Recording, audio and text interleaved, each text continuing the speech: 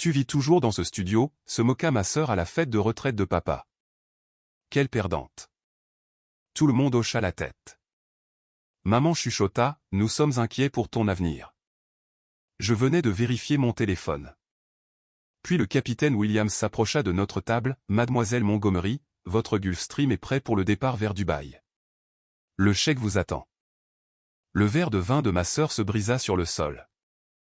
La salle de bal du country club scintillait de verres de champagne et de sourires forcés.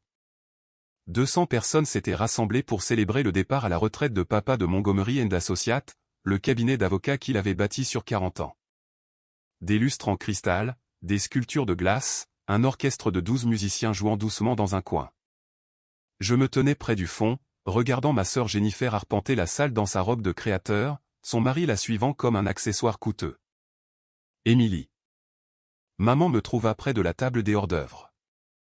Ma chérie, pourquoi te caches-tu ici? Viens te mêler aux autres. Je suis bien ici, maman. Elle étudia ma tenue. Une simple robe bleu marine que j'avais portée à 3 autres événements, assortie de talons modestes. Ses lèvres se pincèrent de cette manière qui signifiait qu'elle était déçue, mais essayait de ne pas le montrer. « Es-tu encore venu avec cette voiture » demanda-t-elle tranquillement. « La Honda ?»« Oui, Émilie. »« Ma chérie, elle a 15 ans. Les gens remarquent ces choses. Laisse-les remarquer. » Elle soupira en me touchant le bras. « Nous voulons juste mieux pour toi. Ton père et moi. Nous nous inquiétons. Je sais que vous vous inquiétez. » Avant qu'elle ne puisse continuer, Jennifer apparut avec son mari, Craig, et mon frère, Michael. La robe de Jennifer coûtait probablement plus cher que le loyer mensuel de la plupart des gens. Ses bijoux captaient la lumière à chaque mouvement.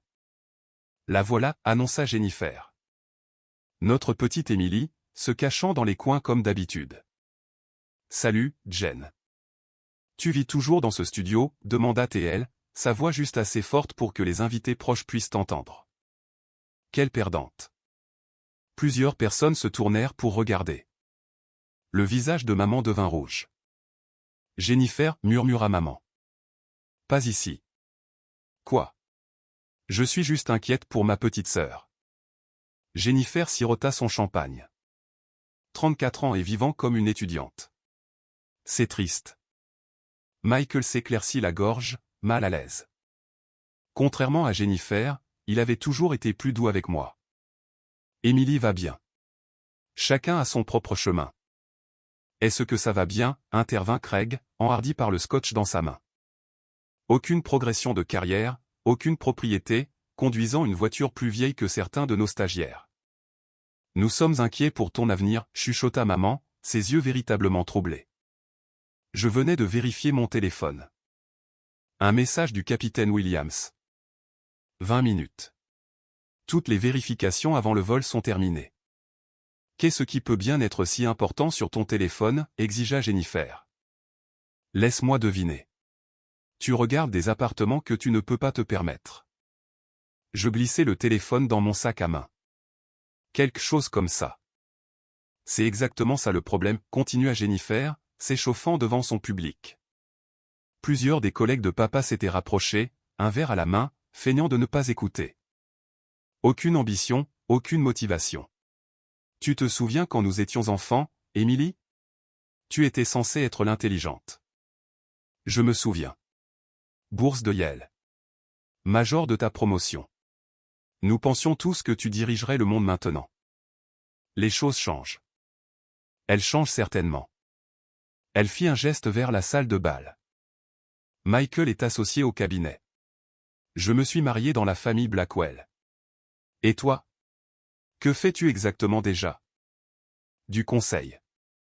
Du conseil, répéta TL d'un ton moqueur. C'est ce que les gens disent quand ils sont au chômage. Quel genre de conseil? Développement commercial international. Craig rit. International. Tu n'as même jamais quitté le pays. Je ne dis rien. Laisse-les croire ce qu'ils voulaient. Papa s'approcha de notre groupe, resplendissant dans son smoking sur mesure. À 70 ans, il commandait toujours l'attention dans n'importe quelle pièce. Voilà mon Émilie, dit-il chaleureusement en m'embrassant la joue. Heureux que tu aies pu venir, ma chérie. Je n'aurais manqué ça pour rien au monde, papa. Félicitations pour ta retraite. 40 ans, dit-il en secouant la tête. On dirait 40 minutes. Ou 40 secondes dans le cas d'Emily, marmonna Jennifer.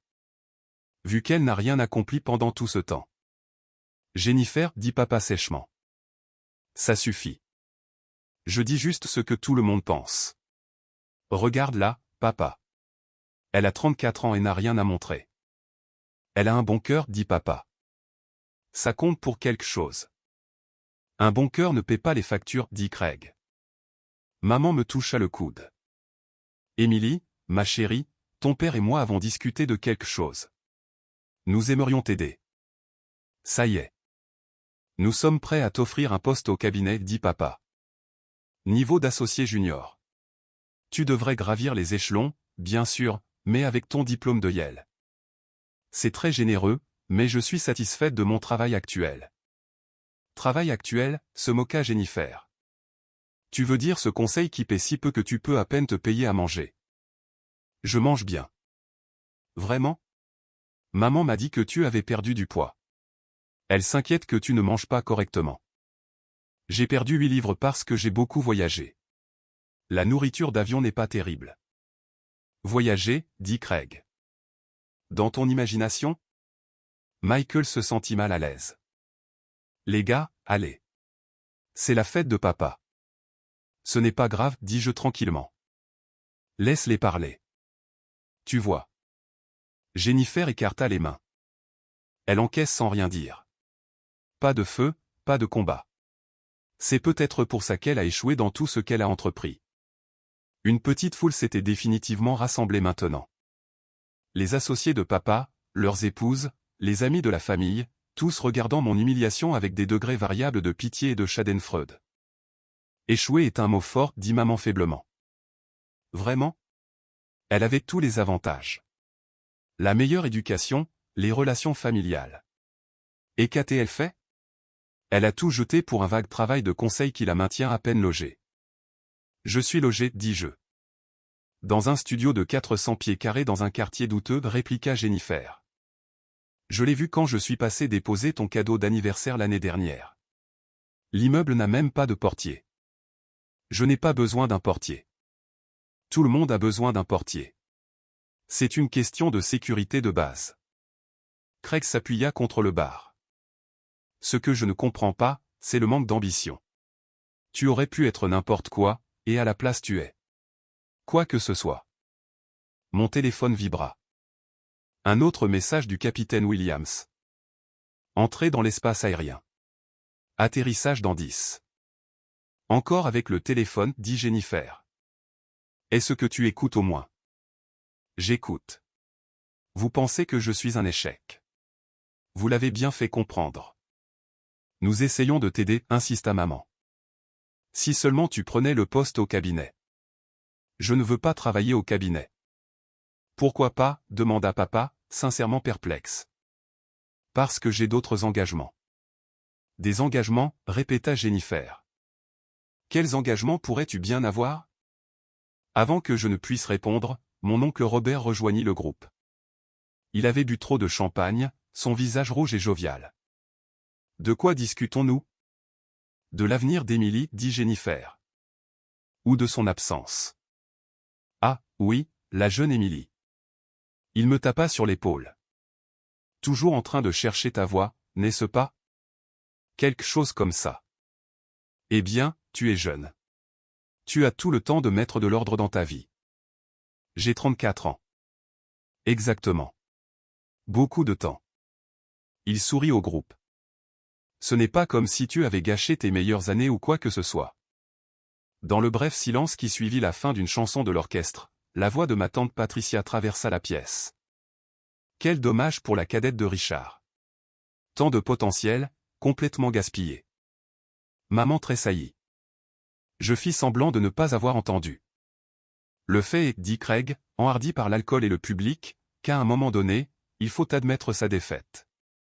Accepter que tu n'es pas faite pour le succès. C'est ce que tu penses, demandai-je tranquillement. C'est ce que tout le monde pense. Tu es le cas social de la famille. Craig, dit Michael sèchement. C'est déplacé.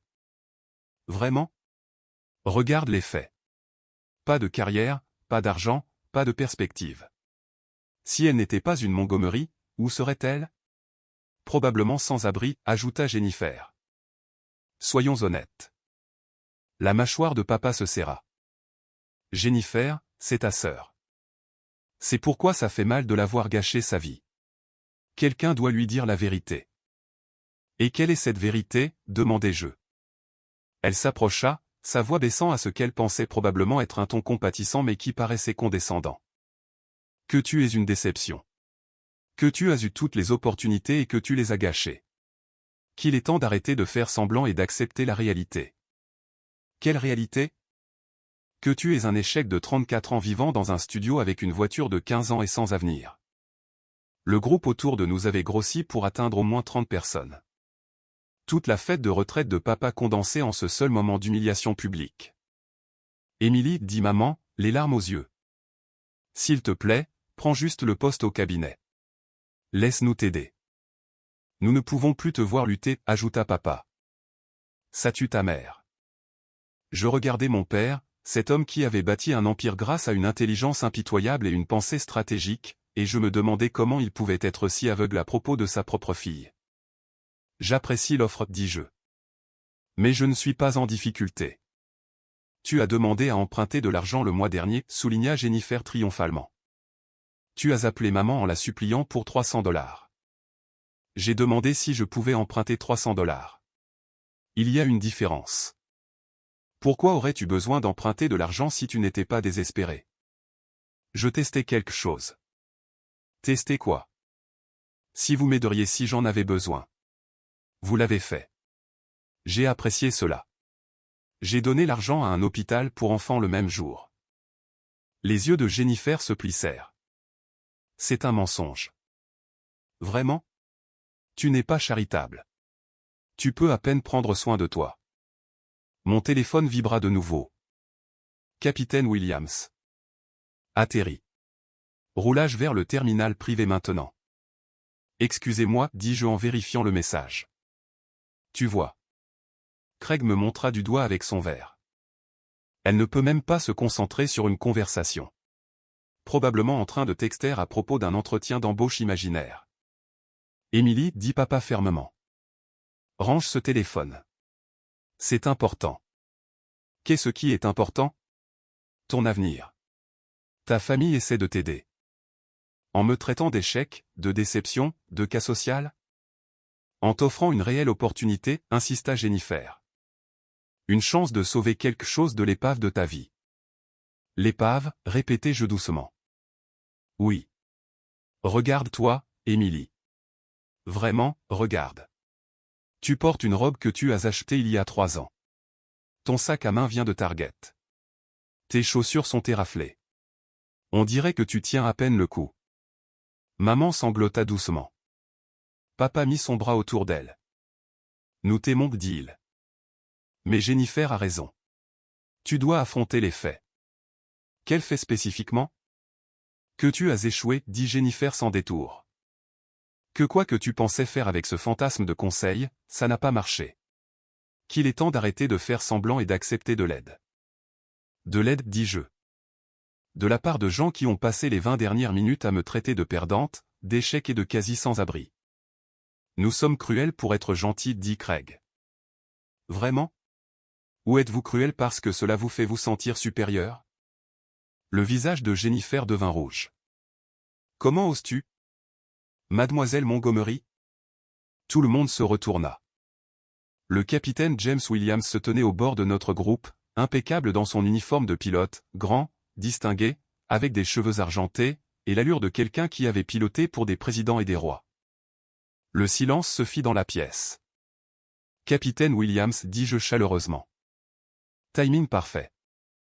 Il sourit. Votre Gulfstream est prêt pour le départ vers Dubaï. Nous sommes autorisés à décoller à votre convenance. Le chèque vous attend au palais à 8 heures locale. Le verre de vin de Jennifer glissa de ses doigts et se brisa sur le sol en marbre. Le son résonna dans le silence soudain. ton Gulfstream, chuchota maman. Le G650. Oui. Nous sommes passés du G550 l'année dernière. Meilleure portée pour la route Dubaï-Singapour. Papa fixa le capitaine Williams. Vous êtes un pilote. Le pilote personnel de Mademoiselle Montgomery, monsieur. Depuis 6 ans. Pilote personnel, répéta Craig faiblement. Et pilote en chef pour Montgomery Global Aviation, continua le capitaine Williams. Nous exploitons actuellement une flotte de cet avion, bien que Mademoiselle Montgomery vient d'approuver l'achat de 2 autres. Jennifer émit un son étranglé. Dubaï, dit Michael lentement. Le chèque. Chèque Rahman Al Maktoum, confirmai-je. Nous finalisons le contrat pour l'expansion dans la région du Golfe. Un projet d'infrastructure de 340 millions de dollars. La salle de bal était devenue complètement silencieuse. Même l'orchestre avait cessé de jouer. Le visage de maman était devenu blême. Émilie, quoi? Et je m'excuse pour l'interruption, dit le capitaine Williams en regardant sa montre. Mais nous avons une fenêtre de départ étroite pour respecter les délais. L'emploi du temps du chèque est assez serré. Bien sûr. Je me tournai vers ma famille. Je suis désolé de quitter la fête de papa plus tôt, mais les affaires appellent. Les affaires, chuchota Jennifer. Quelles affaires? Montgomery Global Consulting. Nous sommes spécialisés dans le développement d'infrastructures internationales, principalement sur les marchés émergents. Le chiffre d'affaires annuel actuel est d'environ 2,8 milliards, bien que nous prévoyions 3,4 milliards pour le prochain exercice fiscal. Papa chercha une chaise à tâtons et s'assit lourdement. Le studio, dit maman. Tu vis dans un studio. Je possède un studio à Manhattan. Je l'utilise quand je suis en ville, ce qui représente environ 40 jours par an. Je possède également des propriétés à Dubaï, Singapour, Londres et Johannesburg. Le studio est pratique pour les voyages rapides à New York. La voiture, croassa Craig. Cette vieille Honda a une excellente consommation d'essence et n'attire pas l'attention. Quand on vaut 900 millions de dollars, on apprend que les voitures tapent à l'œil attirent les problèmes. Jennifer chancela. Michael la retint par le bras. 9 cents. Papa ne put finir sa phrase. En fait, avec le contrat de Dubaï, nous dépasserons le seuil du milliard, mais je préfère être conservatrice avec les estimations jusqu'à la clôture des contrats. Le capitaine Williams s'éclaircit doucement la gorge. Mademoiselle Montgomery, la fenêtre de départ. D'accord. Désolé. Je regardais ma famille, mon père, qui m'avait offert un poste d'associé junior, ma mère, qui s'inquiétait que je ne mange pas correctement, ma sœur, qui m'avait traité de perdante 15 minutes plus tôt. Le poste au cabinet, dis-je à papa. J'apprécie l'offre, mais j'ai 732 employés dans le monde. Accepter un poste de débutant serait une régression. 700? Il ne pouvait pas le concevoir. Et maman, à propos de la perte de poids. C'est le stress. Du bon stress. Celui qui vient de la gestion de contrats à 8 chiffres et de la coordination d'équipes sur 6 continents. Mais je mange bien. Le Gulfstream a un excellent chef. Oncle Robert était devenu pâle. Tu possèdes un jet privé. 3, en fait. Le Gulfstream pour les longs courriers, un bombardier pour le travail régional, et un plus petit Cessna pour les vols intérieurs, plus une participation partielle dans 2 services de charter. C'est impossible, dit Jennifer. Tu mens. Vraiment? Je sortis mon téléphone, ouvris une application et tournai l'écran vers elle. Ceci est le tableau de bord de Montgomery Global. Le statut des projets en temps réel pour tous les contrats actifs. Elle fixa l'écran, son visage passant du rouge au blanc.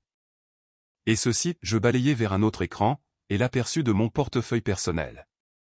Actifs liquides, biens immobiliers, valorisation d'entreprise. Je l'ai laissé regarder juste assez longtemps pour voir les chiffres, puis je verrouillai le téléphone. Comment? Demanda finalement papa. Comment est-ce possible?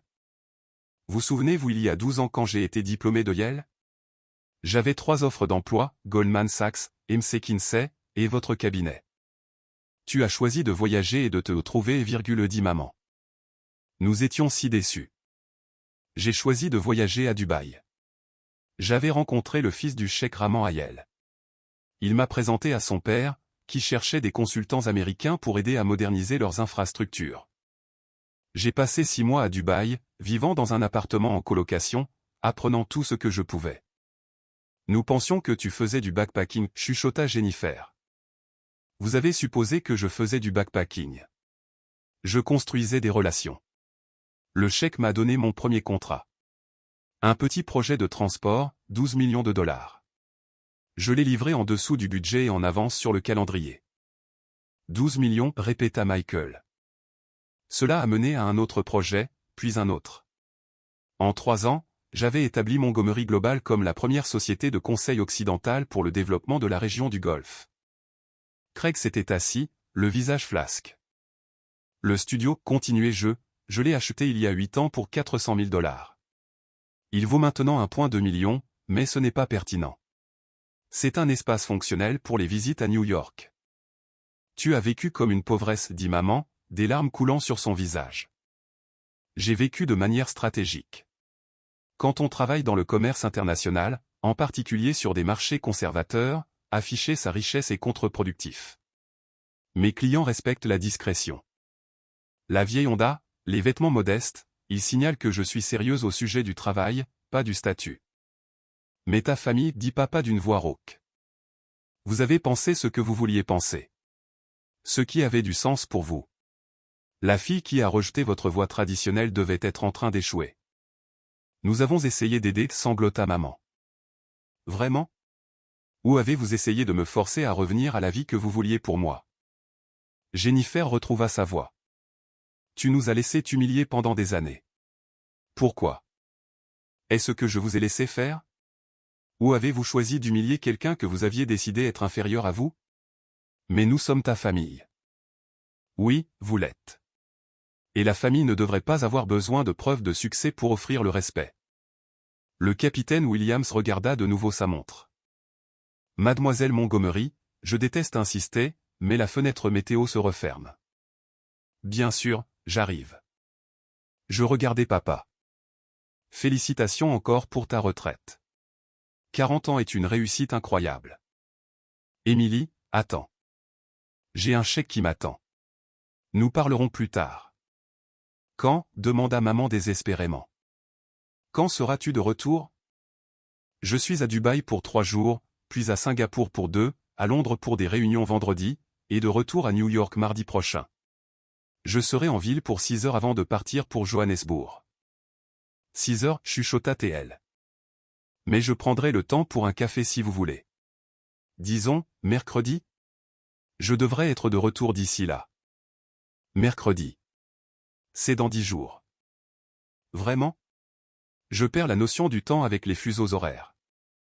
Je mis mon petit sac à main sur mon épaule, le sac Target dont Jennifer s'était moquée. Ce voyage devrait être rapide. Juste finaliser les contrats et examiner le calendrier de la phase 2. Phase 2, demanda faiblement oncle Robert. Le contrat de Dubaï comporte 3 phases sur 7 ans. Valeur totale de 890 millions. La phase 2 est la composante critique de l'infrastructure. Papa se leva lentement, comme un homme qui avait vieilli de 10 ans en 10 minutes. Pourquoi ne nous as-tu rien dit? Vous dire quoi? Que je construisais une entreprise. Je l'ai fait. Vous n'avez pas cru que c'était réel. Nous pensions que conseil signifiait travail en freelance, petit projet. C'est le cas. Juste à une échelle légèrement plus grande que vous ne l'imaginiez. Jennifer s'agrippa au dossier d'une chaise. Tout ce temps. Toutes les choses que j'ai dites. Je me souviens de chaque mot, dis-je tranquillement. Chaque blague sur mon appartement, chaque commentaire sur ma voiture, chaque fois que vous m'avez traité d'échec. Je ne savais pas. Est-ce que ça aurait changé quelque chose? Si j'avais vraiment été en difficulté, vos commentaires auraient-ils été plus gentils? Elle n'eut aucune réponse. Mademoiselle Montgomery, dit doucement le capitaine Williams. Le bureau du cheikh vient de confirmer qu'il nous attend. Nous devons vraiment y aller. D'accord. Désolé, capitaine. Je me tournai une dernière fois vers ma famille. Profitez bien du reste de la fête. Papa, tu as mérité cette célébration. Émilie, s'il te plaît, maman tendit la main vers moi. Mercredi, lui rappelai-je. Café. Je t'enverrai les détails par texto. Je me dirigeais vers la sortie de la salle de bal avec le capitaine Williams. Derrière nous, le silence se brisa finalement en chaos. Des voix qui se chevauchaient, des questions, ma mère qui pleurait, Jennifer qui répétait mon nom encore et encore. Alors que nous atteignions la porte, Craig cria, « Les $300 ? Tu as dit que tu les avais empruntés pour nous tester. » Je me retournai. Je l'ai fait. Vous avez réussi. Vous étiez prêt à aider quand vous pensiez que j'étais désespéré. Cela comptait pour quelque chose. Mais vous les avez donnés à l'hôpital pour enfants du Mont Sinaï. En votre nom et celui de Jennifer. Vous auriez dû recevoir une lettre de remerciement. Jennifer halta. Cette lettre? Nous pensions que c'était une erreur. Une arnaque fiscale. Pas d'arnaque. Juste une reconnaissance que même dans vos pires moments, vous étiez encore capable de générosité. Je voulais honorer cela. Je l'ai laissé là, en train de digérer, et traverser le hall du country club avec le capitaine Williams. Sortie spectaculaire, commenta-t-il alors que nous sortions. Était-ce trop? Mademoiselle Montgomery, j'ai piloté pour des princes saoudiens et des milliardaires de la tech. C'était parfaitement calibré. La Mercedes noire attendait au bord du trottoir. Ma vraie voiture, celle que je conduisais quand je ne cherchais pas à faire passer un message. Mon chauffeur, Marcus, ouvrit la porte. Aéroport, mademoiselle Montgomery? Oui, s'il vous plaît. Et Marcus, je suis désolé de vous avoir fait garer la Honda ici plus tôt. Je sais que vous détestez la conduire. Il sourit. Tout cela fait partie du service, madame. Bien que je serais heureux de retrouver la Mercedes. Pendant les 20 minutes de route vers l'aéroport de Teterboro, je vérifiais mes emails. Des mises à jour de l'équipe de Singapour. Des questions du bureau de Londres.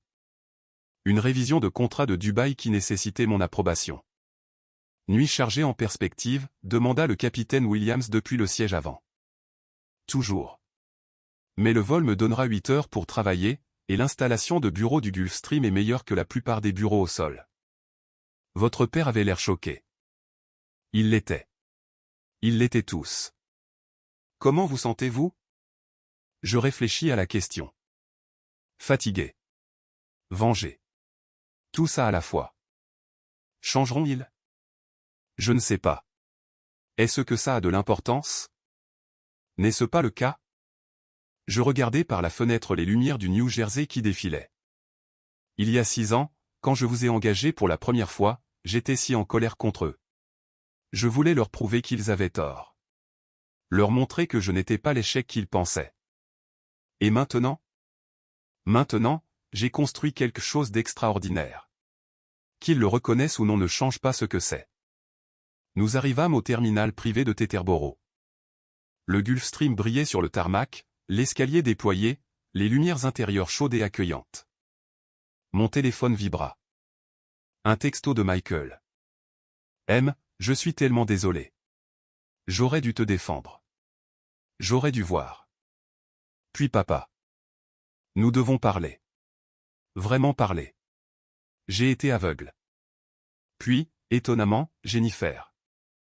Je ne sais pas quoi dire sauf que je suis désolé. J'ai été cruel. Inexcusablement cruel. Je répondrai plus tard. Pour l'instant, j'avais un chèque qui m'attendait. Le capitaine Williams effectua sa dernière vérification avant le vol pendant que je m'installais dans la cabine. Siège en cuir crème, table en acajou, un bureau complet avec internet par satellite et vidéoconférence sécurisée. Mon assistante, Priya, apparut de la cabine arrière. Elle était censée être en congé, mais elle était venue quand même. Tu n'étais pas obligé de voler ce soir, lui dis-je. Et manquer les réunions de Dubaï? S'il vous plaît. De plus, quelqu'un doit vous garder organisé. Elle me tendit une tablette. L'équipe du Cheikh Rahman a envoyé les contrats révisés. J'ai signalé les changements. Tu es incroyable. Je sais. Aussi, votre mère a appelé le bureau 17 fois au cours des 20 dernières minutes. Je l'appellerai de Dubaï. Votre sœur a appelé 9 fois. Aussi de Dubaï. Votre frère a appelé 2 fois et envoyé 4 mails s'excusant de ne pas vous avoir vu clairement. Je soupirai. Je répondrai éventuellement. Les moteurs se mirent en route.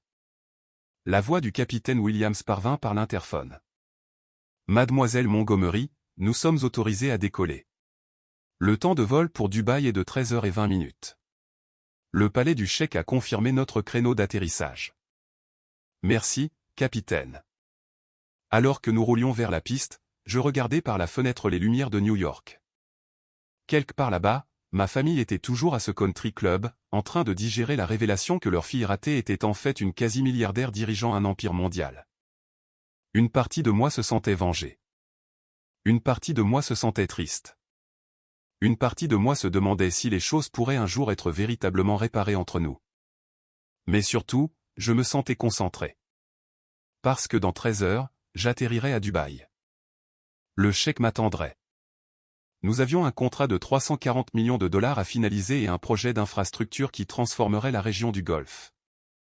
Ma famille pouvait rejoindre cette réalité ou non. C'était leur choix.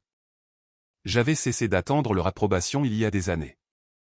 Le Gulfstream décolla, grimpant doucement dans le ciel nocturne. En dessous, les lumières du New Jersey s'estompèrent dans l'obscurité. Devant, quelque part au-dessus de l'Atlantique, l'aube se levait déjà. Priya m'apporta un café, parfaitement fait, exactement comme je l'aimais. Prête à travailler, demanda-t-elle. Toujours. J'ouvris la tablette et me plongeai dans les contrats. Les chiffres, les clauses, les spécifications. Le langage du développement commercial international. Le vocabulaire du succès. Mon téléphone vibra une dernière fois. Maman. Je t'aime, Émilie. Je fixai le message un long moment, puis je répondis, je t'aime aussi, maman. On se parle mercredi. Parce que malgré tout, malgré les années de mépris et l'humiliation de la soirée, ils étaient toujours ma famille. Mais cela ne signifiait plus que leur opinion définissait ma valeur. Je l'avais défini moi-même, un contrat à la fois, un projet réussi après l'autre, jusqu'à ce que j'ai construit quelque chose qu'ils ne pouvaient ni mépriser ni diminuer. Et demain, quand le cheikh me serrerait la main et signerait le contrat, quand mon entreprise dépasserait le seuil du milliard de dollars, quand la phase 2 du plus grand projet d'infrastructure de la région du Golfe serait officiellement lancée. L'opinion de ma famille n'aurait plus aucune importance. Parce que j'avais déjà prouvé tout ce qui devait être prouvé à la seule personne dont j'avais jamais vraiment eu besoin de l'approbation, moi-même. Le Gulfstream se stabilisa à son altitude de croisière. Par le hublot, les étoiles parsemaient le ciel noir comme des diamants sur du velours. 13 heures jusqu'à Dubaï et tout un monde qui attendait au-delà.